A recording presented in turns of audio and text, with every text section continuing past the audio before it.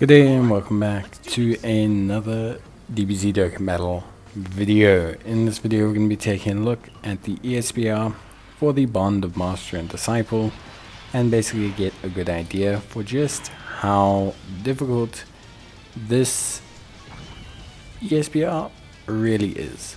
Now, honestly speaking, bond of Master and Disciple is a pretty interesting category. I think it's got a couple ways you can slice and dice it, but ultimately it is quite a funny category. On the global side of things, we have a couple leads right now. We are missing one big one from JP. Can't really do anything about that. It comes with the 9th anniversary. But we have the Int Gohan Kid, the Carnival unit. We have the Int Gohan Future. We have the Strength Gohan Kid and Piccolo as leads. And then you have a sub-lead in the form of the AGL Gohan Kid and the AGL Future Trunks and Future Gohan. They're not bad. Like, I don't think any of these leads are technically bad for the ESBR. I'd probably say the best one overall is probably Strength Gohan and Piccolo or Int Gohan. But there's lots of subcategories you can do. Like, we're doing a subcategory here with Future using the Strength Future Gohan. You could also do a Time Travelers one. You could do a Superheroes Hybrid Sans one with the Physical Ultimate Gohan. You could even do a Battle of Wits / Superheroes one with Piccolo. There's quite a few different team builds that you could probably viably run without necessarily causing yourself any issues. I think the category is flexible enough where this is no longer a problem. Now, besides that, ultimately, of course, a couple of things to consider, I guess, like functionally speaking. So in terms of like my team, I wanted to go with a kind of Android Cell Saga, Future Saga kind of build. This would allow me to benefit from a couple of things, namely speaking double Strength Future Gohans, which I thought was just a really good decision.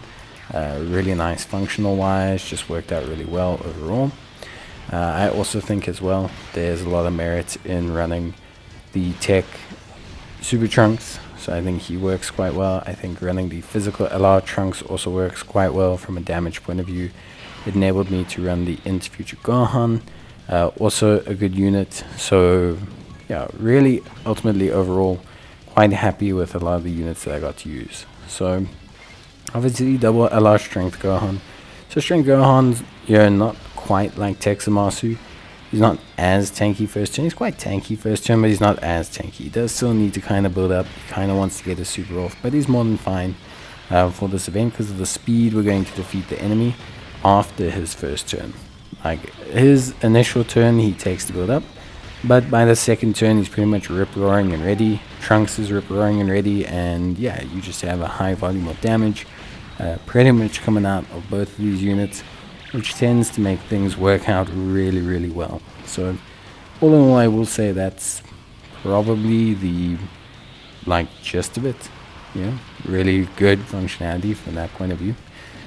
In terms of let's say like the rest of the units, I think Tech Super Trunks does a good job. His active skill comes in handy. He pairs up decently with either the Strength Future Gohan or even just with the Physical Trunks, so there's a lot of merit running both of them.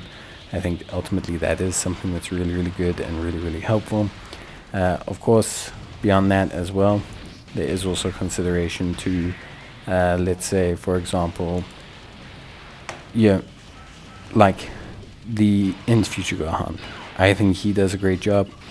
He's really, really strong. He does some great damage. Good support as well, 50% support for the Bond of Master and Disciple team, so we have that viably running for us really nicely. And yeah, I think ultimately overall he looks good. I'm not saying he's dominant, but he enables the rest of the rotation quite nicely. We then have the Tech Super Saiyan Future Gohan, also a good unit, good damage dealer. Quite strong, needs a bit of time to get going, definitely more of a floater for us in this scenario. Just kind of running around doing a little bit of damage, not doing much else. You could probably replace him first, if I'm being honest. And then we have the Tech Battle Armor Trunks, or Future Trunks Super Saiyan, or however you want to kind of swing it. Super Saiyan Trunks Future. But he is also really solid. Lots of good stuff with him, namely being that he's solid, especially in the first portion against the androids. Has that kind of guaranteed critical hit, which really helps him out. Just does some good damage there. Relatively solid overall elsewise, like does a good job. Not necessarily insane, but yeah, does a good job. Basically, is kind of what I'm amounting him to. The physical, LR Trunks, really good. Really does a fantastic job in the second slot there. Lots of good damage and viability that just ultimately makes him a really good pick for this fight. I think, if I was to consider using him, I definitely would say you do need to cater to him a bit, but his damage is good, his output is good. He tends to look solid, like to look really good overall. So I am happy for that. I do think he's really, really great from that perspective.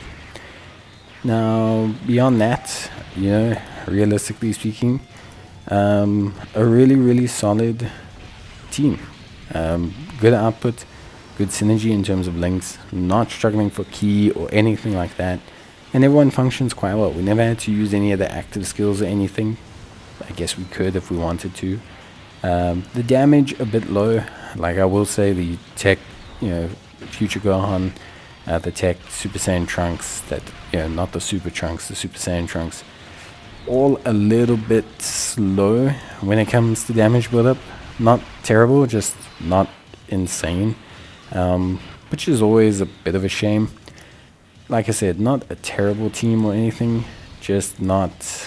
There are some damage holes that could be filled. But I feel like with Bond the Master and Disciple, when I was looking at building a team, that's kind of what I felt across the board. I felt like almost every unit could kind of be surmised as, yeah, it's good, but like the team could do more damage type of thing. Yeah, it's good, but the team could do more damage. Yeah, it's working, but the team could do more damage. So that's just how it felt, realistically speaking. I think, honestly, that just kind of surmises how I feel about Bond the Master and Disciple in general. But yeah, I will say that, ultimately, overall, I think you got enough room to play with where you can build different teams. I think each team has a similar problem where you're going to have some great units and some mixed bag units on it. I think that's just honestly how it is. There's not really more to say in that regard. But yeah, ultimately pretty good. If you need help, let me know in the comments down below. Otherwise, I'll see you guys, in the next one. So that's going to be it from me. Thanks for watching, and I will see you guys in the next video. So until then, take care, stay safe, and bye.